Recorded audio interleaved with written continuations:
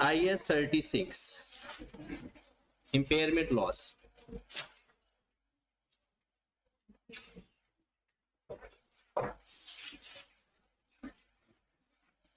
पहले हमने सीखा कि if carrying amount exceed recoverable. अब जरा ये बस खामोश हो जाए, सीधे हो जाए। If carrying amount exceed recoverable. Carrying amount क्या चीज होती है? कॉस्ट माइनस, अगर गिवन हो तो ठीक है, वरना कॉस्ट माइनस अक्यूमुलेटेड डेप्रिसिएशन। फिर रिकवरेबल अमाउंट क्या होती है? हायर ऑफ, रिकवरेबल अमाउंट क्या होती है? Higher of fair value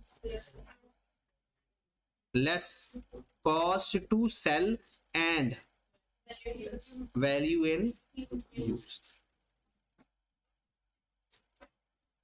fair value less cost to sell एक बात है, और वैल्यू इन यूज दूसरी बात है। कहते इनमें से जो हायर अमाउंट होगी हम उसको रिकवरेबल अमाउंट कहेंगे कि ये इस एसेट से कितनी अमाउंट रिकवर हो सकती है। हाँ, क्वेश्चन के अंदर अगर दोनों में से कोई एक गिवन हो तो फिर वही रिकवरेबल अमाउंट। दोनों गिवन है तो हायर, दोनों में से एक गिवन है तो फिर जो गिवन है वही रिकवरेबल अमाउंट। उसके बाद हमने fair value less cost to sell के बारे में कुछ बातें सुनी। Fair value less cost to sell, fair value होती है मार्केट वैल्यू। अगर हमें हमारे एसेट्स की मार्केट वैल्यू भी बताई हो और हमारे एसेट जैसे एसेट की वैल्यू भी बताई हो तो हम अपने एसेट की वैल्यू लेंगे, और अगर दोनों में से किसी एक की बताई हो तो फिर जो गिवन है वो ही ले लेंगे। एक बात। दूसरी बात, अगर वो ये कहता है कि एसेट्स को जब सेल कर दोगे तो बाकी रिस्ट्रक्चरिंग के ऊपर जो खर्चा आएगा वो कॉस्ट टू सेल में शामिल नहीं होगा। कॉस्ट टू सेल जो प्योर सेल करने पे खर्चा है, कोई टैक्स लग गया, कोई कमीशन देना पड़ रहा है, कोई और ट्रैवलिंग कॉस्ट आ गई, ये खर्चे आपने माइनस करने हैं, वरना माइनस नहीं करने। उसके बाद वैल्यू इन यूज है।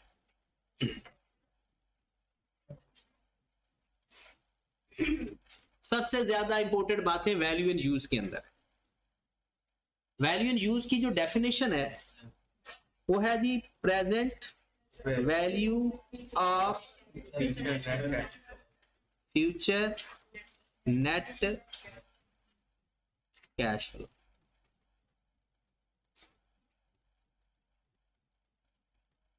Point to be consider.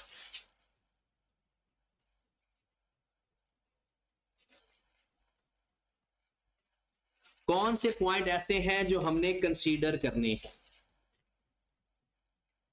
हाँ जी, सबसे पहले number 1, only future cash flow of remaining useful life. सिर्फ फ्यूचर कैश फ्लो लेने हैं, और लेने भी कौन से? जो उसकी रिमेनिंग लाइफ रह गई है उससे जो हमें मिलेंगे। अगर आप समझ रहे हो ना ये बात, तो आपको साफ साफ पता चल रहा है कि एक एसेट मैंने इस्तेमाल करना है तो आने वाले सालों में वो मुझे कितना बेनिफिट दे सकता है, उसकी मैंने प्रेजेंट वैल्यू फाइंड करूंगा, उसको कंपेयर कर दूंगा बेचने वाली वैल्यू के साथ, उनमें से जो हायर होगी वो मेरी रिकवरेबल अमाउंट कहूंगा। दूसरी बात, अब ये कुछ बातें उर्दू में सीखते जाओ, फिर उसको मैं अंग्रेजी में भी लिखता जाता हूं। आपके पास फ्यूचर कैश फ्लो तो है, लेकिन वो एग्जिस्टिंग इन्वेंट्री को बेच के आया। मतलब कोई पुराने पैसे लेने थे वो मिले, या पुराने पैसे देने थे वो दिए। पुराने पैसे लेने हूं या पुराने पैसे देने हूं, हमारे सालों के अंदर आ जाए तो इग्नोर कर देंगे। हमने देखना है फ्यूचर में जो कुछ होना है। मैं 2022 पे हूं, मैंने जो 2022 में कैश मिला लेकिन रिलेटेड 21 का था, तो वो फ्यूचर कैश फ्लो मेरा नहीं है। और अगर कोई नॉन कैश आइटम, जैसा कि number 2, non cash item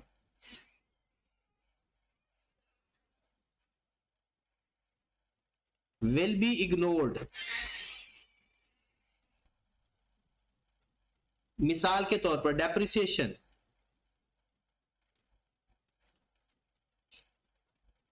depreciation हमारा एक्सपेंस होता है, लेकिन हमने इसको इग्नोर कर देना क्योंकि ये नॉन कैश आइटम है। डेप्रिसिएशन नॉन कैश आइटम है, इसलिए अगर गिवन हो तो हमने माइनस, अगर माइनस हो चुका हो तो वापस प्लस कर दें। हमने इसको इग्नोर करना है, माइनस नहीं करना। अगर ये खुद माइनस हो चुका हो पहले ही तो हम वापस ऐड बैक कर देंगे। नंबर 2, अच्छा ये तो non cash bad debts, bad debts भी अगर क्वेश्चन के अंदर गिवन हो, एक दफा इससे पहला पॉइंट यानी और रिमेनिंग जो लाइफ उसकी रह गई है उसमें इस्तेमाल करके जो हमें कैश जनरेट हो सकता है, उसकी लाइफ बाकी 3 साल रह गई है। अब 3 सालों में कितना कैश फ्लो वो दे सकता है वो लेना है। Number 3, financing activity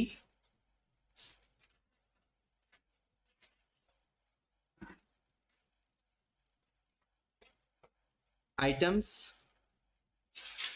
are ignored. Financing activity के सारे आइटम इग्नोर करने हैं। फाइनेंसिंग एक्टिविटी के कोई आइटम बता सकता है? नंबर 1, इंटरेस्ट, इंटरेस्ट या फाइनेंस कॉस्ट जिसे आप कहते हो। नंबर 2, लोन रिसीव्ड या पेड। ऐसे लोन ऑब्टेन का लफ्ज लिखा जाता है, लोन ऑब्टेन या पेड, लोन लिया या लोन वापस किया। ड्राइंग्स या dividend.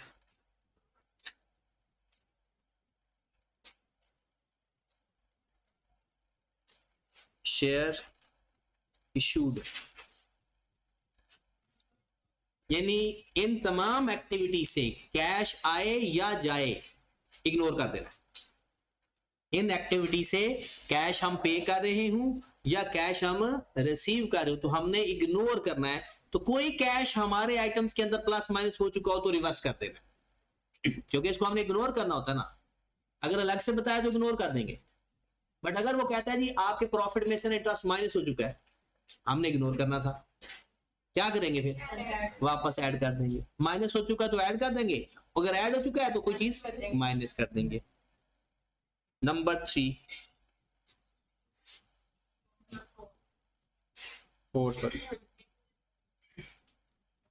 Any restructuring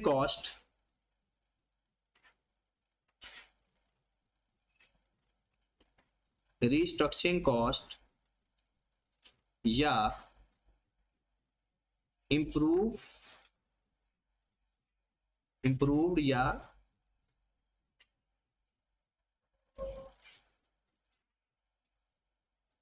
development cost in future will be ignored।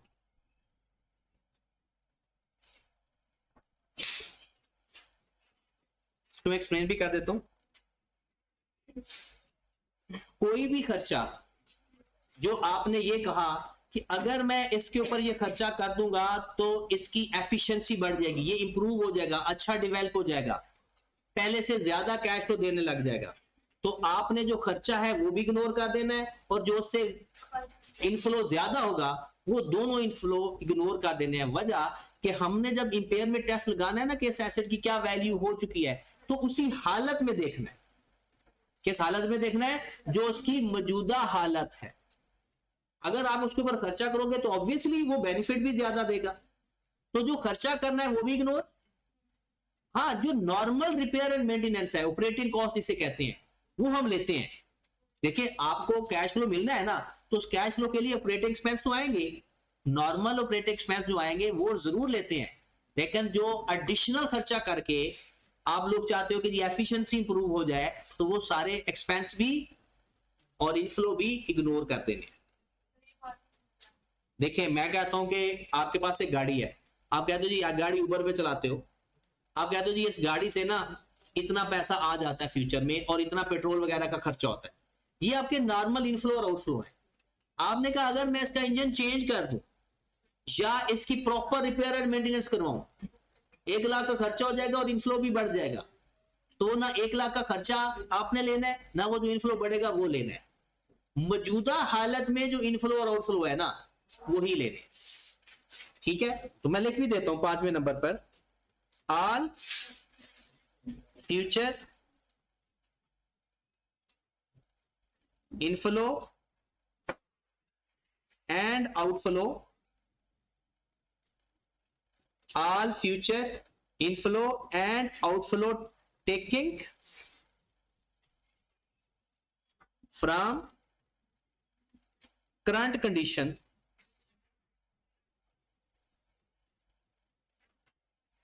of asset। जो उसकी मौजूदा हालत से इनफ्लो या आउटफ्लो फ्यूचर में आएगा ना, हमने सिर्फ वही लेना होता है। अगर उसके ऊपर खर्चा करके इनफ्लो या आउटफ्लो कम या ज्यादा करना है वो भी हमने इग्नोर कर देना। उसके बाद नंबर 6, डिस्काउंट रेट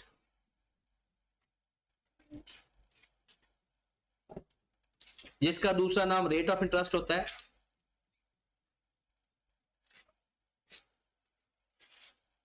तीसरा नाम कॉस्ट ऑफ कैपिटल होता है,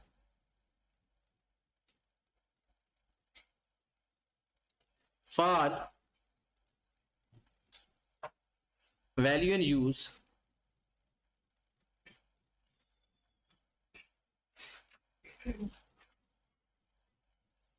टेकन प्री टैक्स।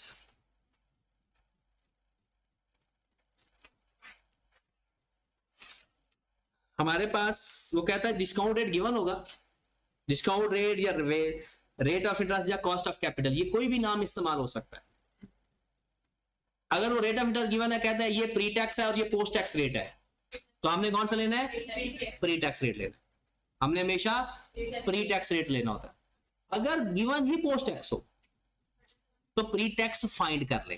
कैसे? उसका फार्मूला लिख लें।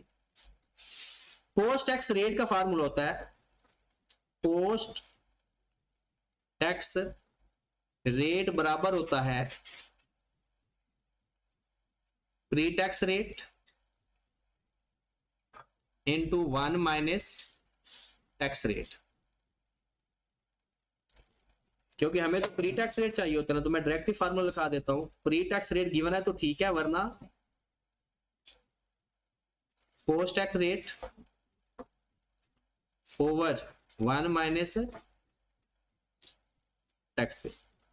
अगर क्वेश्चन के अंदर साइलेंट है तो वो प्री टैक्स है, अगर दोनों बताए हैं तो प्री टैक्स लेना है, और अगर पोस्ट टैक्स बता दिया है, अगर पोस्ट टैक्स बता दिया है तो हमने कौन सा लेना है? Pre tax. कैसे लेंगे वो देख लो तरीकाकार।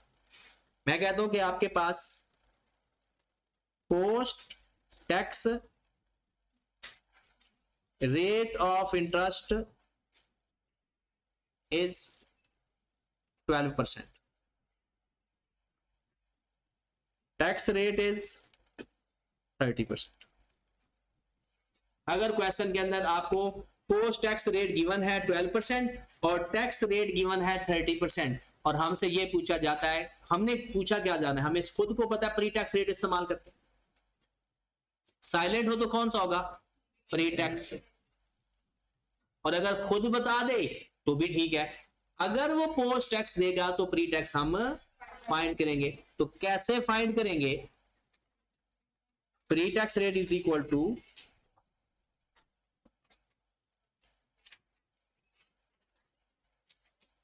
Post tax rate divided by 1 minus tax rate. तो 12% डिवाइडेड बाय 0. हाँ जी करो जरा, 12% को 0.7 17 पॉइंट। तो अब ये टैक्स रेट, ये बात याद रहेगी।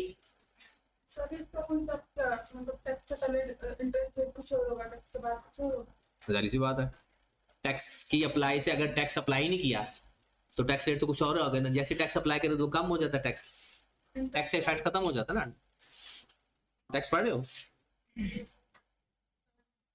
तो सेल टैक्स भी पढ़ लिया? चलो जब सेल टैक्स पे जाओगे ना फिर बताऊंगा, ठीक है। वैसे तो ये क्योंकि टैक्स माइनस करने से हमें बेनिफिट होता है, टैक्स लगने, इंटरेस्ट लगने, सॉरी इंटरेस्ट हमारा एक्सपेंस होता है ना, तो एक्सपेंस माइनस हो जाता है तो इससे हमारा प्रॉफिट कम हो जाता है, इनफ्लो कम हो जाता है। अच्छा उसके बाद कितने पॉइंट हो गए? 6। चलो 7वां पॉइंट भी देख लो, interesting. Tax expense also ignore, tax expense भी इग्नोर करेंगे, इसलिए तो हम प्री टैक्स रेट लेते हैं।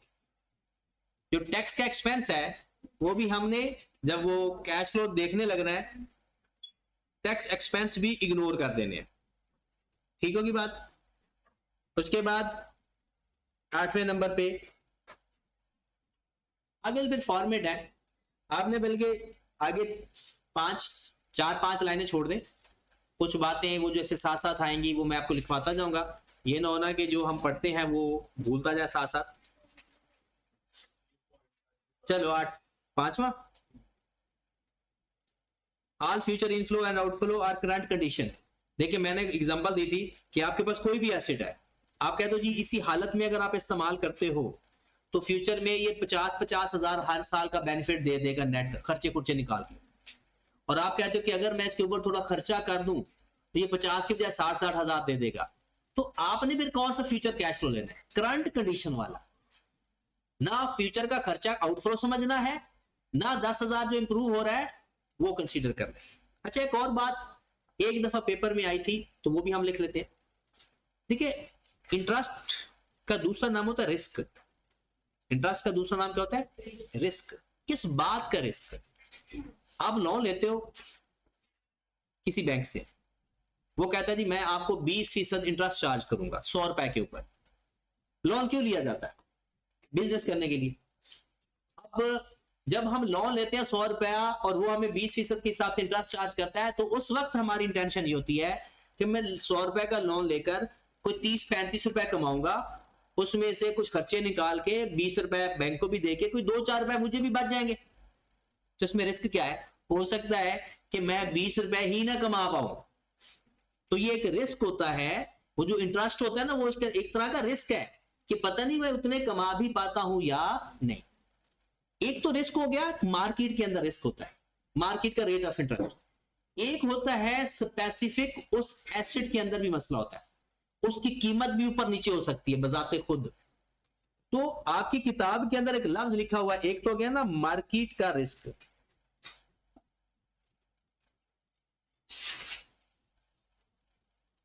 जो कि एक तरह का फ्री फ्रॉम, वो बाकी सारी चीजों से फ्री है, ये मार्केट का रेट है, इसमें हमारा कोई कंट्रोल नहीं है। एक होता है इनहेरेंट रिस्क,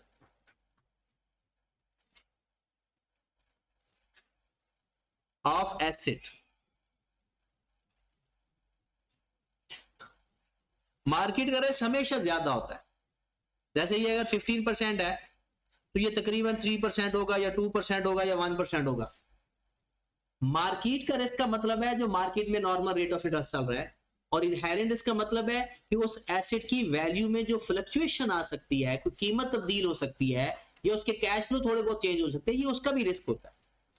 जब हमने रेट ऑफ इंटरेस्ट कंसीडर कर रहे हैं, अगर इन दोनों में से कोई एक गिवन हो तो वो ही लेंगे, और अगर ये दोनों गिवन हो तो दोनों को प्लस करके लेंगे। अगर क्वेश्चन के अंदर आपको सिर्फ रेट ऑफ इंटरेस्ट गिवन ही एक है, वो डिस्काउंट रेट के नाम से, कॉस्ट ऑफ कैपिटल के नाम से, रेट ऑफ इंटरेस्ट के नाम से दे देगा, वो ले ले। लेकिन अगर वो कहता है मार्केट का रेट ऑफ इंटरेस्ट ये है, उस एसेट का इनहेरेंट रिस्क ये है, तो फिर हम दोनों को प्लस करके लेंगे। ठीक होगी बात? अब ये 8 बातें एक दफा आपने मुझे बता देनी है, फिर आगे चलते हैं। इन 8 बातों को थोड़ा सा रिवाइज करो और मैं फिर आपसे पूछता हूं, फिर आगे चलते हैं। और ये मैंने सब कुछ वैल्यू एंड यूज के बारे में बताया आपको जी। क्यों करते हैं? इसका एक जवाब तो है स्टैंडर्ड में लिखा हो, दूसरा जवाब यह है कि देखें ना, एक तो मार्केट का रिस्क है, उसकी वजह से हमारे कैश फ्लो ऊपर नीचे हो सकते हैं। जो एसेट के खुद बजाते खुद उसके अंदर जो चेंजेस आएंगी वो तो हमने लेनी है। मार्केट का तो इंटरेस्ट हमने वैसे लेना है ना, क्योंकि हमारा कैश फ्लो चेंज हो जाएगा। फ्यूचर में अगर हमें 10 रुपए मिलते हैं, क्या आज भी उसकी वैल्यू 10 रुपए है? कैसे एडजस्ट होगा? अगर उसने अलग से बताया हुआ है तो हम प्लस कर देंगे, अगर अलग से नहीं बताया हुआ तो फिर उसके अंदर ही होता है। वो अलग से बता देगा तो इसका मतलब है उसके अंदर नहीं है। हाँ, उसके अंदर ऐड करके बता दे तो फिर हम कुछ भी नहीं करेंगे। जल्दी से ये 8 बातें रिवाइज करें। तो ये बेस पर उसी की है।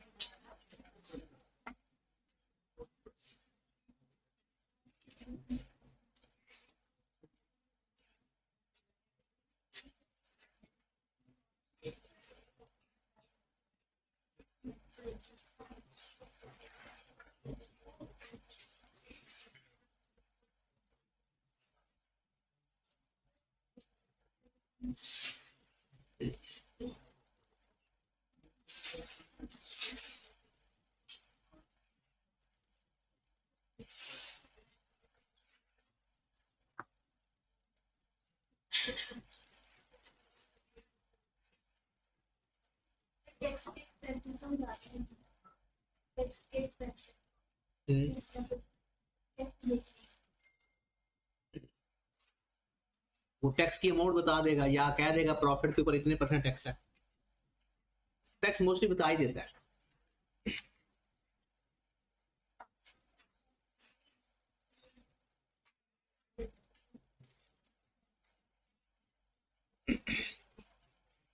सुन लूं?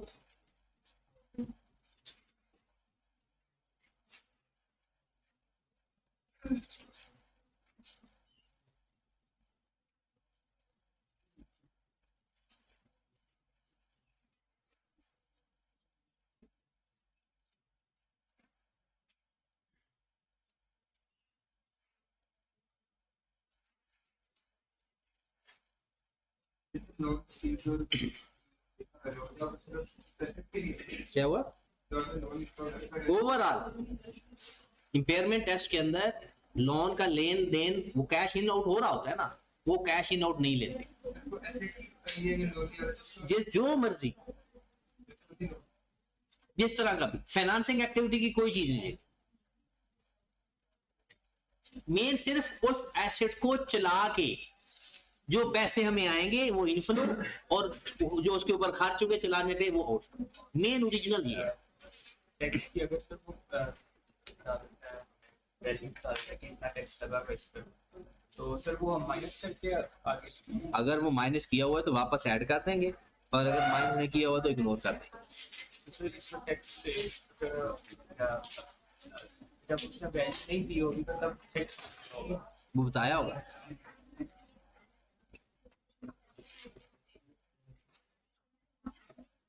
हो गया?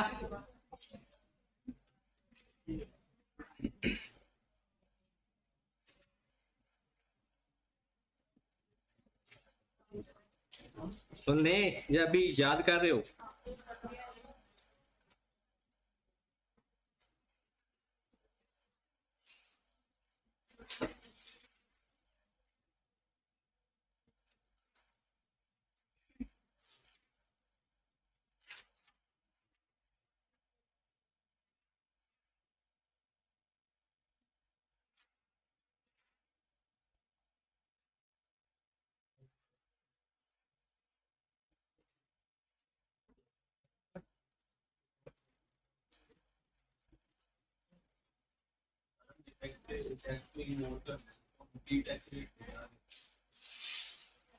प्री टैक्स रेट का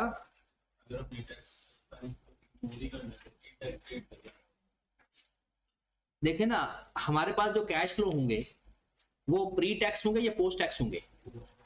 पोस्ट होंगे। उसमें से टैक्स इग्नोर करना है, माइनस नहीं करना, तो फिर जो कैश फ्लो होंगे वो हमारे कौन से होंगे? Pre tax. और रेट भी कौन सा लेंगे? Pre tax. अगर हम कैश फ्लो पोस्ट टैक्स लेते हैं ना, आगे जाकर हम एमएफए में पढ़ेंगे जाके, जब हम कैश फ्लो पोस्ट टैक्स लेते हैं ना, तो रेट भी फिर कौन सा लेते हैं? पोस्ट टैक्स वाला। तो यहाँ पर रेट लेते हैं प्री टैक्स, तो वहां पर कैश फ्लो भी प्री टैक्स माइनस नहीं करते। हाँ, प्री टैक्स ले लेते।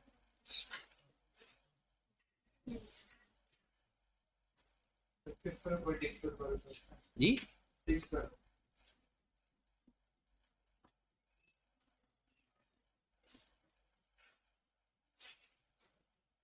6 वाला पॉइंट में ये लिखा हुआ है कि अगर आपके पास एक प्री टैक्स रेट भी गिवन हो और पोस्ट टैक्स रेट भी गिवन हो, तो हमने कौन सा रेट ऑफ इंटरेस्ट लेना है? प्री टैक्स वाला। इंटरेस्ट टैक्स है, ये इंटरेस्ट का रेट है, रेट ऑफ इंटरेस्ट नहीं होता 15%, 16%, 5%। क्या हुआ? इंटरेस्ट की बात पूछ रहे हो या टैक्स की बात पूछ रहे हो? आप पूछ क्या रहे हो, टैक्स या इंटरेस्ट? टैक्स। टैक्स तो प्रॉफिट के ऊपर लगता है, वो जो उसके प्रॉफिट के ऊपर अगर टैक्स लगा हुआ है तो हम फाइंड करेंगे profit before tax minus tax तो प्रॉफिट आफ्टर टैक्स। तो हमने क्या करना है, अगर क्वेश्चन के अंदर टैक्स गिवन हो तो उसको इग्नोर करना है कि टैक्स माइनस, वो कहता है जी मैंने ये 500 की सेल की, 1000 रुपए का खर्चा आ गया, कितना प्रॉफिट होगी 500, इतना टैक्स लगा, हमने टैक्स माइनस नहीं करना, ये मतलब है। ग्रॉस लेना है, मतलब प्री टैक्स, कैश फ्लो भी प्री टैक्स लेने हैं और जो रेट ऑफ इंटरेस्ट है वो भी प्री टैक्स लेना। हाँ जी, हो गया। अच्छा, ये सिर्फ 6 पॉइंट नहीं करने, इसके ऊपर जो हमने ये बात लिखी है यहां से ये बातें भी करनी है कि आपका जो इंपेयरमेंट टेस्ट कब आता है, जब कैरिंग अमाउंट एक्सीड कर जाए रिकवरेबल अमाउंट से, और आपकी कैरिंग अमाउंट किसके बराबर होती है? कॉस्ट माइनस आपकी रिकवरेबल अमाउंट किसके बराबर होती है? Higher of fair value less cost to sell. और जो बातें मैंने आपको लिखवाई हैं ये वैल्यू इन यूज में, मतलब प्रेजेंट वैल्यू फाइंड करते वक्त आपने इस बात का ख्याल रखना है। ठीक होगी बात? अच्छा, अगर आपको याद हो गया तो इस क्वेश्चन पे है, इस क्वेश्चन के अंदर वो कह रहा है, ये क्वेश्चन नंबर है आपके पास 19, आपकी बुक की एग्जांपल नंबर 19 है। अगर आपने पेज पूछना है तो 173, बुक की एग्जांपल 19 पेज नंबर 173।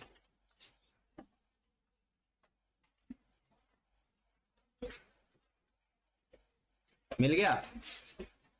अच्छा, किसी के दिमाग में ये होगा ना कि मैंने तो छुट्टियां करके आया हूं, मुझे तो कुछ समझ ही नहीं लगनी, ये बिल्कुल फ्रेश टॉपिक है, दिमाग को कहो कि समझ जाएंगे, ठीक है? दिमागी तौर पर ऑफ ना हो जाओ, सब कुछ अभी सारा कुछ दोबारा बताया है।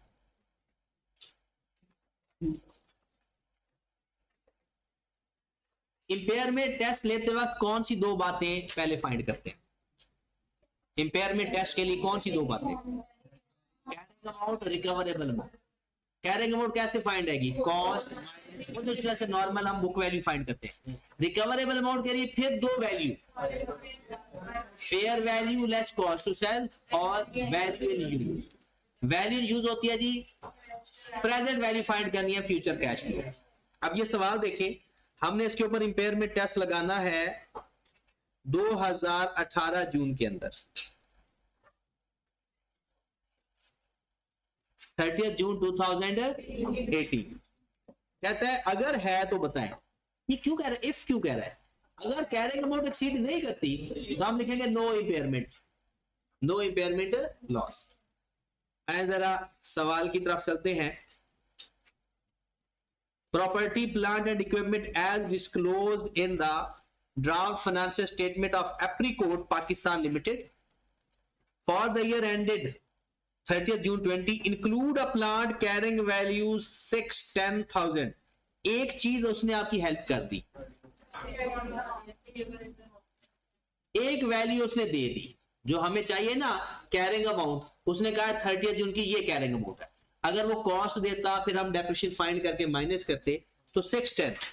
Performance of the plant has been deteriorating since last year which is affecting the APL sales. APL की सेल्स अफेक्ट हुई है। कल मैंने इंडिकेटर बताने वाले कि आज ही बता दूंगा, पहले ये एक सवाल हल कर लें, थोड़ा न्यूमेरिकल भी टच होना चाहिए। Following information estimates relate to the plant for the year ended June 2019। वो जो गिवन है डाटा वो किसका है? 2018 का। कहता है कि ये जो मैं अंदाजे बता रहा हूं ना, ये 2019 के बता रहा हूं, तो जहरी सी बात है हमने जब फ्यूचर कैश फ्लो लेना है तो सब कुछ किसका बताना चाहिए? फ्यूचर का। अच्छा, उसके ऊपर लाइफ बताई हुई है कितनी है टोटल? चलो बता देगा कभी ना कभी। Inflow from sale of product under existing condition, क्या ये इनफ्लो लेंगे या नहीं? 250 million inflow from the sale of the product under existing condition. Operational cost other than depreciation, okay good हो गया, ये इनफ्लो ये आउटफ्लो। Depreciation ignore. ओ भाई ये कैश फ्लो नहीं होता, कैश फ्लो नहीं है, ये कैश नहीं है। हमने कैश क्या लिखा हुआ है? फ्यूचर कैश फ्लो, फ्यूचर भी हो और कैश भी हो। फिर वो कहता है एक्सपेंसेस पेड 30 जून एक्रूवल्स, कोई और खर्चे पुराने खर्चे पे करने थे, ignore. Cost of increase the plant capacity, ignore, क्योंकि हमने कौन सी हालत देखनी है? मौजूदा शक्ल देखनी है उसकी। Additional inflow expected to be upgrade, interest on finance lease, maintenance cost, inflow या outflow? Tax payment on profit, tax भी इग्नोर करना होता है क्योंकि टैक्स भी हम प्री टैक्स लेते हैं ना, तो टैक्स भी। तो आपके पास जो मैंने ये हमारे पास 2019 का नेट कैश फ्लो कितना आ गया? Net cash flow 250 minus 25 minus कितना? अच्छा आप अपनी उस लिस्ट पे जाएं, जो लिस्ट है आपके पास, वो जो लिख रहे थे लिस्ट, कितने पॉइंट लिख लिए थे? चलो एक और नॉर्मल लिख लें, शायद इसके अंदर वो आ ना जाए। Residual value of asset consider as inflow at the end of useful life। कहता है जो उसकी रेजिडुअल वैल्यू गिवन होगी ना, डिस्पोजल वैल्यू, जब उसकी लाइफ खत्म हो जाएगी तो वो जो जितने का बिकेगा वो भी हमारा इनफ्लो होगा, क्योंकि वो भी तो उसी एसेट से जनरेट हुआ है। लिख लिया, आगे चलते हैं। Cash flow from the plant are expected to decreased by 15% each year from 2020 and onwards। कहता है कि पहले तो आपके पास ना ये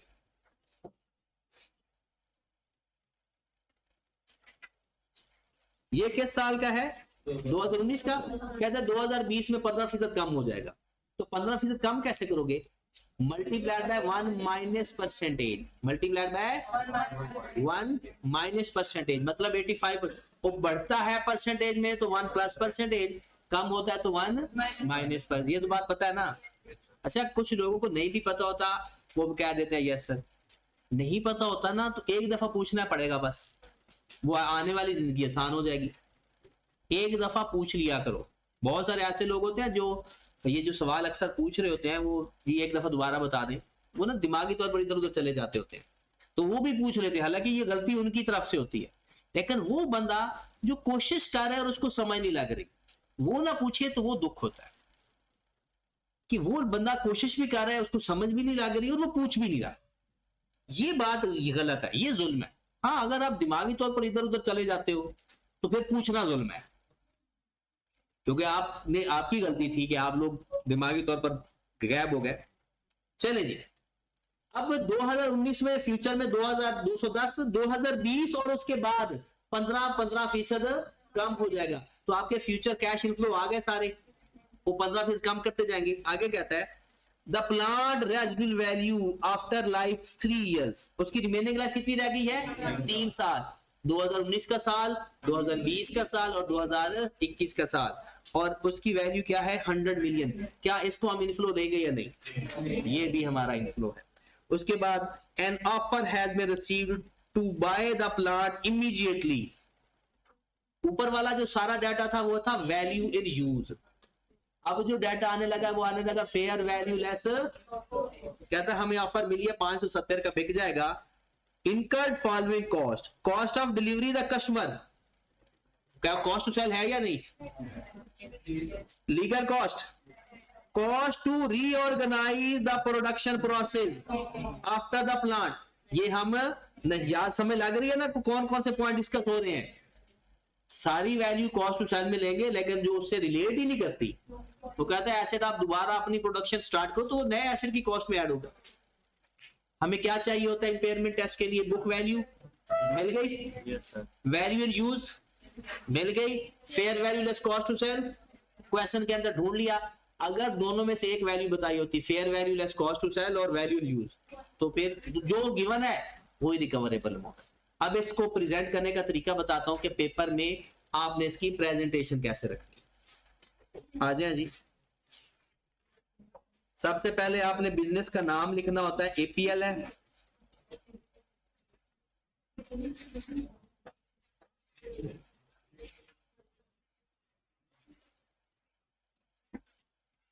computation of impairment loss,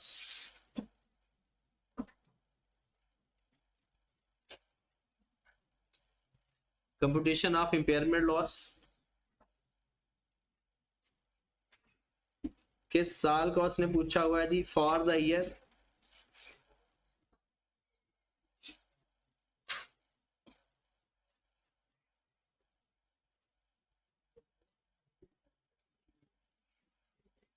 June 18,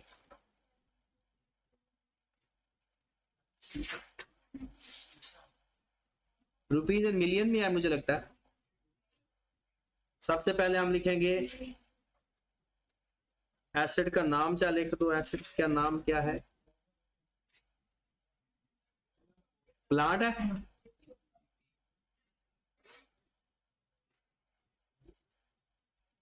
carrying amount,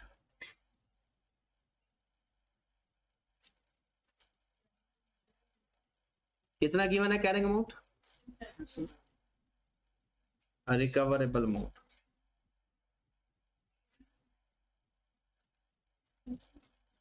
working number 1, हाँ जी, recoverable amount working number 1,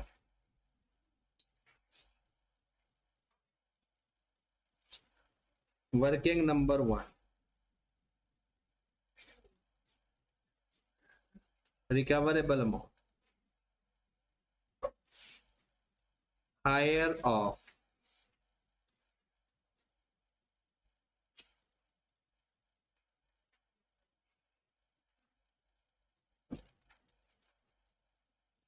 fair value 570 थी,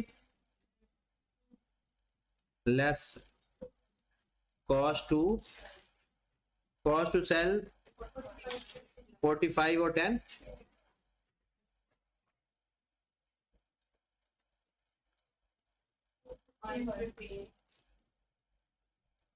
ये मेरे पास आ गई fair value less cost to sell, fair value less cost to sell, फिर मैंने लेना वैल्यू इन यूज,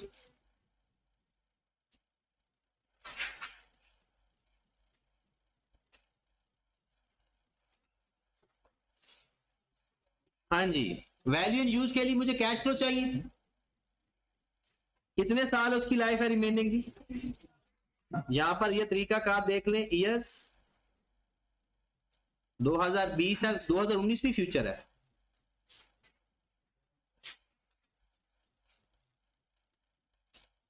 दो 2020 net cash flow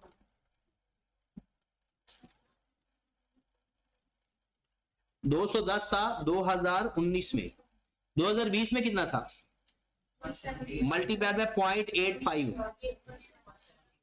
178 point multiplied by 0.85,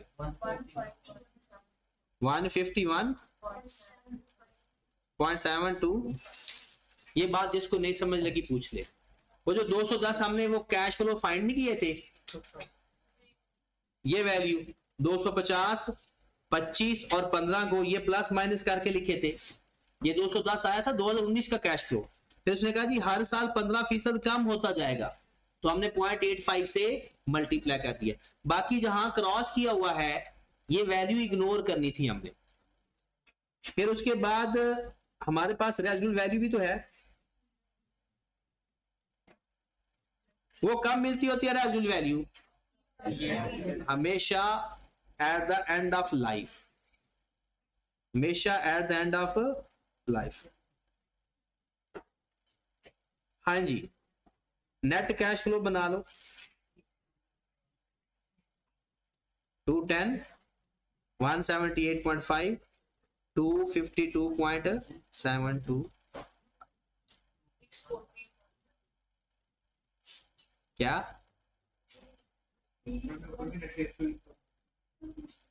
नहीं, ऊपर भी नेट कैश, ये नेट किया कि वैल्यू भी प्लस कर दिया ना, उसके वो भी नेट ही है, उसकी टेंशन ना लो जी।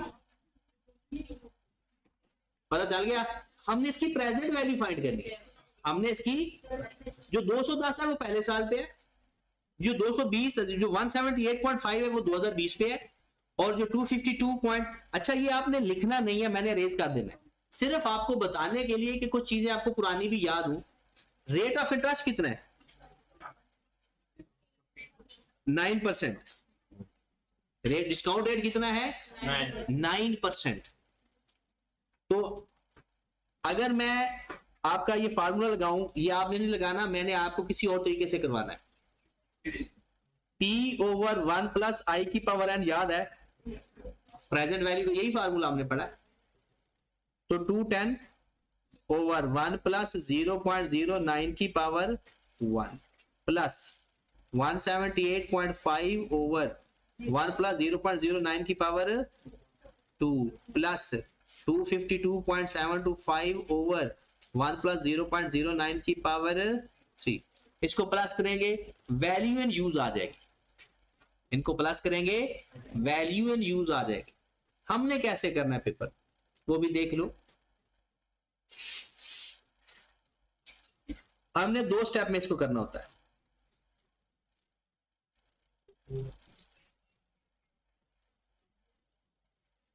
आप इस तरह से कर सकते हो, परेशानी वाली बात नहीं है। आप यहां पर लिखोगे डिस्काउंट फैक्टर,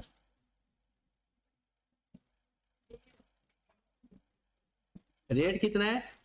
9%। अपना कैलकुलेटर निकाले, डिस्काउंट फैक्टर का फार्मूला आता है किसी को? डिस्काउंट फैक्टर का 1/1 प्लस आई की पावर n, तो ऊपर s खत्म कर दो, बाकी जो होता है वो डिस्काउंट फैक्टर होता है 1/1 प्लस आई की पावर। आप ऐसा करो 1 डिवाइडेड बाय 1.09 करो, जरा पावर 1 हो गई ना, 1 पावर लिखो या ना लिखो, 1 डिवाइडेड बाय 1.09, 0.917। जो आंसर आया डिवाइडेड बाय 1.09 कर दो, 0.8416 डिवाइडेड बाय 1.09, 0.7721। ये हमने बेसिकली ये काम किया है 1/1 प्लस आई की पावर 1 किया, फिर 1/1 प्लस आई की पावर 2 किया, फिर 1/1 प्लस आई की पावर 3 किया, फिर उसके बाद वो फ्यूचर वैल्यू से मल्टीप्लाई कर देंगे, एस ओवर वो पूरा फैक्टर बन जाएगा। अब दोबारा से देखें, हमने कैलकुलेटर पे डायरेक्ट करना होता है क्योंकि ऐसे फार्मूला बार बार नहीं लिखे। सबसे पहले क्या करोगे 1 डिवाइडेड बाय 1.09, 1 डिवाइड बाय वो क्या चीज आपने की है भला, आपने किया है 1/1 प्लस 0.09 की पावर 1। इसको हल करके थोड़ा देखो तो यही तो बनता है। क्या किया आपने, 1 को डिवाइड किया 1 पॉइंट, कर लिया करो ना, कैलकुलेटर नहीं घसता आप लोगों का, करो निकालो जरा अपने अपने कैलकुलेटर। 1 डिवाइडेड बाय 1.09 करो जरा, 0.917 आ गया। अब आपने डिवाइडेड बाय 1.09 कर देना है, वो ऑटोमेटिकली पावर 2 हो जाएगी। जो आंसर 1 के साथ आया आपने उसको दोबारा 1.09 पे डिवाइड कर देना है तो आपका अगला आंसर आ जाएगा। फिर जो आंसर आएगा कैलकुलेटर के अंदर ही रहना है, उसको 1.09 पे डिवाइड करेंगे तो तीसरा आंसर आ जाएगा। ठीक होगी बात। अब प्रेजेंट वैल्यू के लिए इनको आपस में मल्टीप्लाई कर दो। 210 मल्टीप्लाइड बाय 0.917, 210 192. फिर 178.5 को 150 पॉइंट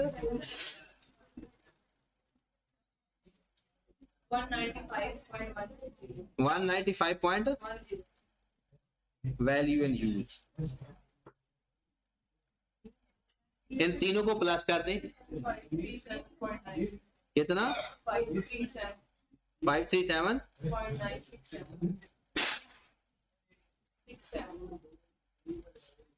का। दोबारा वैल्यू एंड यूज को देखें। सबसे पहले हमने ये वैल्यू एंड यूज का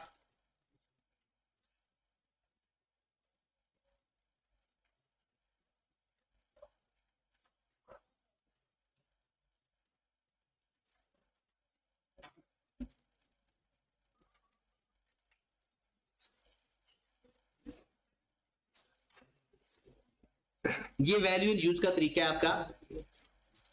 वैसे इधर ऑनवर्ड कितना था कि 2020 की ऑनवर्ड यानी 22 की लिस्ट लाइव ही 3 साल है।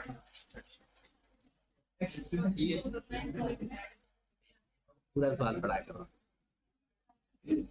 अच्छा सबसे जी देखिए, ये पहले तो ये सबसे बड़ा टारगेट ये है, ठीक है। पहले देखना है कैश फ्लो। अगर कैश फ्लो आ गया तो फिर आपने डिस्काउंट फैक्टर को अपने कैलकुलेटर पे डिवाइड करना है 1/1.09, ये फैक्टर आ जाएगा। फिर उसी को जवाब को 1.09 पे इनको फिर आपस में मल्टीप्लाई करना है। इनको आपस में मल्टीप्लाई किया तो ये आंसर आ गया। इन तीनों को प्लस कर दिया, या वही जो मैंने पहले लिखा है उसमें कर लेना, क्यूएम वाला मैच।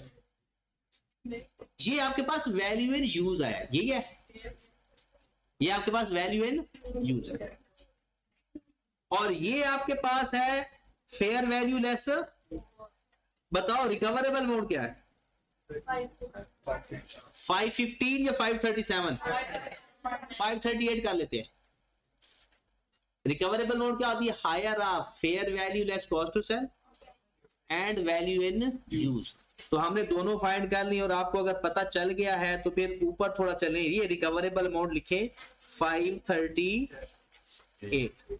अच्छा मुझे बताएं एसेट इंपेयर हुआ या नहीं, क्योंकि उसने कहा ना इफ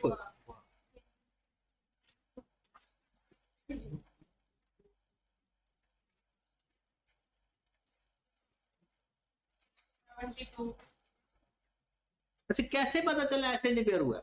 कैरिंग अमाउंट बढ़ गई है। कैरिंग अमाउंट ज्यादा आ जाए तो एसेट इंपेयर होता है, और अगर कैरिंग अमाउंट कम है तो एसेट इंपेयर। फिर हमने सिर्फ नीचे क्या लिखना था? No impairment, no impairment loss. लेकिन अब तो इंपेयरमेंट लॉस आया कितना? 70।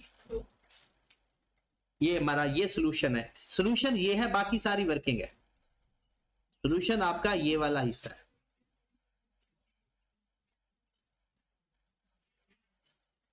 ये सोल्यूशन है, बाकी वर्किंग है, और वर्किंग का रेफरेंस दिए बगैर काम नहीं करना।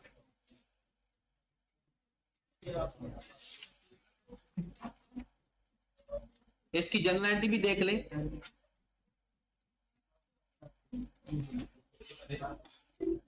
इम्पेयरमेंट लॉस डेबिट,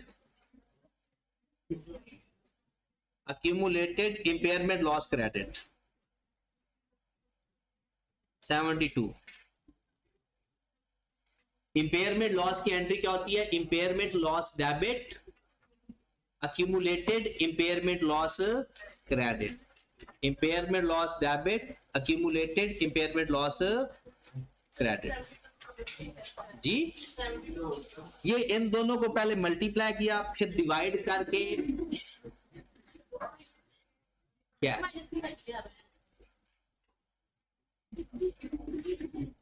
मुझे बताने दो, उसने मुझसे पूछा है। आगे 72 हाँ चले गुड, वरना अगर मैं बताता तो इसने कभी नहीं आना था। अच्छा, इस क्वेश्चन को पहले आपने अपने कॉन्सेप्ट रिवाइज करने हैं, कॉन्सेप्ट रिवाइज करके ये क्वेश्चन करना है, और फिर इसके बाद आपने क्वेश्चन करना है क्वेश्चन नंबर ये 78 और 18। और आपको पता है ये क्वेश्चन तो आपके लिए बच्चों की मार है, मतलब क्यों, सॉल्यूशन जो होता है, लेकिन आपने सॉल्यूशन देखे बगैर करने। हाँ जी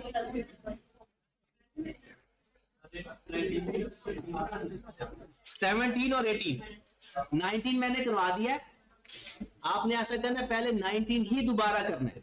ये छोटी सवाल है, कैश फ्लो देखो प्लस माइनस करके हल कर दो।